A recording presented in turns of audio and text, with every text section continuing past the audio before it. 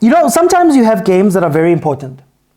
You have games that don't seem like they mean a lot, but they mean the world. Chiefs needed this win. Coach Nabi, the players really needed this win.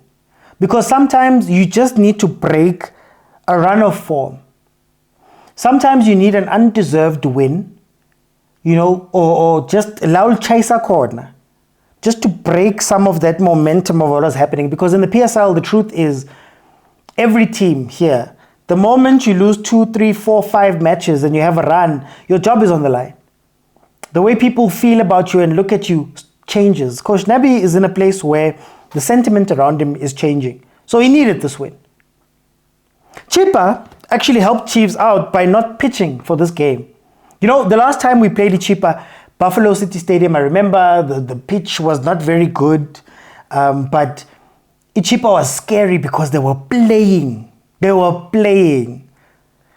building the ball, they were passing it, they were progressing up the pitch, they were doing all these things. That's not the Chippa that showed up today. I think at some point Chippa was content with just sitting back and allowing Chiefs to make their own mistakes. Chiefs struggles with building up the ball because everybody hides. Chiefs struggles with playing up the ball because there's not enough people in the midfield to come and collect the ball.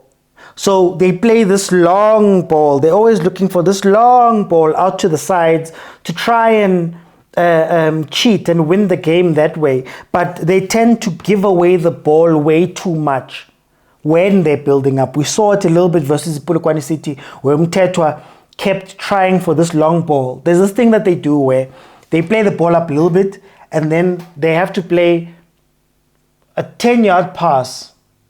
And the defenders, by the time your 10-yard pass gets there, the defender's already there. Or you're asking a player that doesn't do high balls to control the ball. I think Chiefs struggles because we don't have a thinker on the pitch. So you need somebody. If you're going to play the system that Coach Nabi wants to play, is transition, it's everybody's running.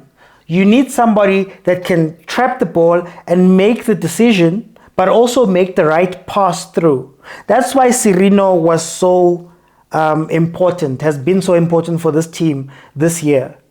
Gets the ball, you've got 4 options. You need to be mature enough to make that pass. And maybe that's where Abo Shabalala are lacking a little bit.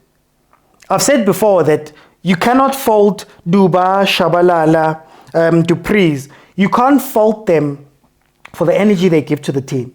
They run. They're always running. They're always giving their all. Ushabalala, I don't believe there's a game where Ushabalala leaves and you don't believe that he's given his all. But there's a difference between being really busy and being effective. And I think you are starting to see that we have a lot of secondary players. Yes, Shabalala looks incredible when he gets the final ball. But there's nobody who can play the final ball. And that's where we're lacking a little bit. I think my biggest criticism of Coach Nabi is that you have to come to a place where you start looking at your players as they are and not how you want them to be. So you know that Utupriz can't cross a ball. He's not a good passer of the ball, but he's fast, and if you give him enough chances, he finishes inside the box. So at some point as a coach, you have to look at him and say, I don't want to see you on the wing. I don't want to see you false nining. I don't want to see you do any of that stuff. I need you to stand with those defenders and wait for a through pass. However the line is going, I need you to stay with them, wait for the pass, we'll put you through, we'll give you as many chances for you to go out and score. Even if it means that we trap the ball immediately and hit the ball over the top. You know, when you watch Ranga Chivavairo come onto the pitch and he's on the wing, and we know that his trapping is suspect, his passing is suspect. Even when he has the time, he sometimes makes the wrong pass. But if you play him with those defenders and you let him be Ranga, cross the ball to him, let him be physical with the guys, let him be a target man, you'll see something from that player. What I loved from this game is the back three. Guys, I've been nominated at the TikTok Awards Sub-Saharan Africa in the Sports Creator of the Year category. Not bad for a guy who does all of his work from my dining room behind the couch. What also makes this cool is that I primarily cover the PSL. So to everybody who said local football won't get you anywhere, this is where we are now. But these awards need votes to be won.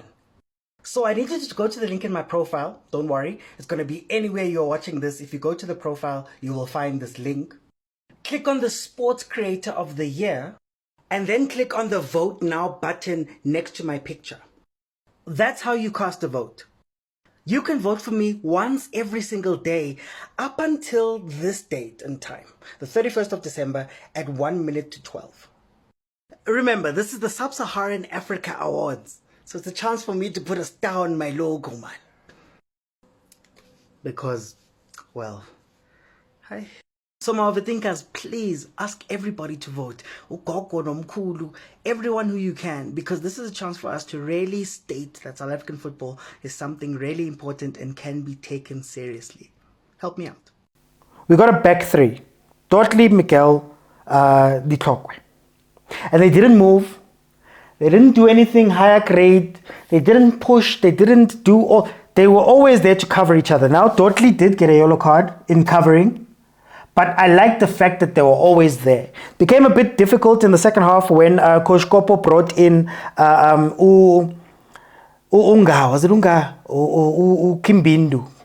Kambindu. And he was actually then giving the defense somebody to think about when Chippa was clearing the ball. Sure. But I think that setup actually won us the clean sheet. I'm going to give credit to Mart in the center. Yeah, does he play the ball up? No. Does he do all the stuff? But the amount of attacks he broke up and he fought for. We saw the bandages. We saw, Bamoracha. They were doing all of these things. But he fought in that midfield. And he was quite the enforcer. Broke up a lot of Chippa's plays. I think he deserves all the credit for that. He played well in that regard. The other person that I want to give credit to is Ushabalal. You know, a lot of the time at Chiefs, the players shrink from the moments.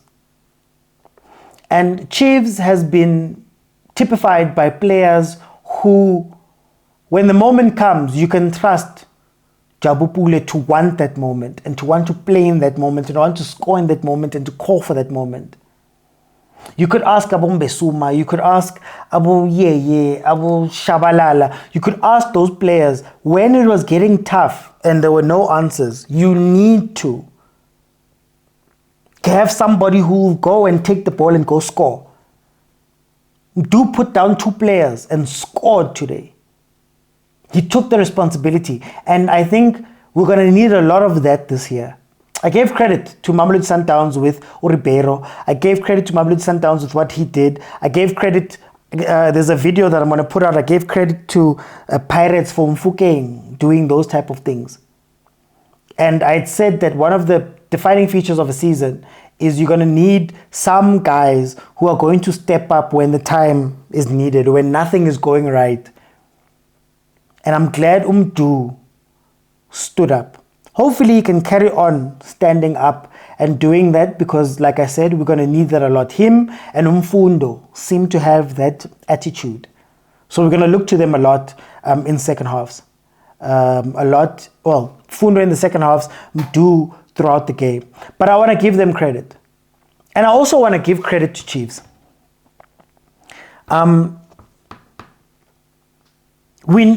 Chiefs needed the 3 points. They needed the win. Things were looking bleak. Even us as fans, you know, I was live during the match and the conversations we were having were not confident conversations. We were questioning. It's almost like we were waiting for something to happen. And unfortunately, that's just how the job is right now for Unabi. But you need to put together these wins. And if Mdu can do what Ribeiro and what Mfukeng did for Pirates and Sundowns, you have to give them credit and say that they turned this game into a win. Chippa came at us towards the end, but they held firm. Chiefs gets the 3 points. I believe they're number 7 now. They get their first clean sheet. The Chiefs had been the only team in the league up to this point that did not have a clean sheet. The fact that they got it, that's a very good sign. The fact that they got it now, before New Year's and all of that stuff, where people can just, they can relax throughout New Year's and whatever and not have to think about all of these things and add pressure to them, which is a real thing, is a really good thing for Kaizer Chiefs. So hopefully they can continue on with this. And my only advice to Coach Nabi is, I think, realize who you have. You know, guys, we speak about adaptable players. We don't have adaptable players. The players that we're speaking about and we want, and they think like Mashamaite and they can do it like Lutsulunyane. Our league is short of those type of players. Look at what's happening at mamelodi Sundowns. We're looking at mokwena differently. System changed. And we started to realize that, oh wow, maybe he's not as adaptable. It comes down to systems now. And maybe Coach Nabi, you need to start being strict with your system. Don't trust the players to make the right decisions. Don't trust the players to pop up where they need to pop up and do all of those things. Now it's time for you to draw the diagrams and tell them exactly where to be all the time. I think that's the only way that you're going to survive this time, up until you can bring in, I guess, those players, if you can find them. So, advice to Coach Nabi, stricter discipline in your system. Tell them where to go and where to be. Don't trust them to do it themselves. But anyway, guys, Chiefs ends with 3 points and a good story to end the year. Guys, thank you so much for the support you guys have shown me. Thank you for watching. Thank you for sharing. Thank you for commenting. Thank you to those that have donated. You have no idea what you've done for me this year. You have no idea. I'm nominated in awards. I'm nominated at TikTok Awards right now for the Sports Creator of the Year. And it's insane for somebody who does PSL content to be up there with other people. And I pray that God blesses your families as much as you've blessed mine this year. And I also promise that next year we'll be back. I'll do more, be harder, will be everything will be better. I'm going to take it to the max. But I just wanted to take some time to say thank you, especially to the people that I see a lot in the comments, and the guys who repeatedly watch my stuff, the guys who share my stuff. Thank you so much for that support you guys have shown me. Happy New Year. I'll see you guys on the next one.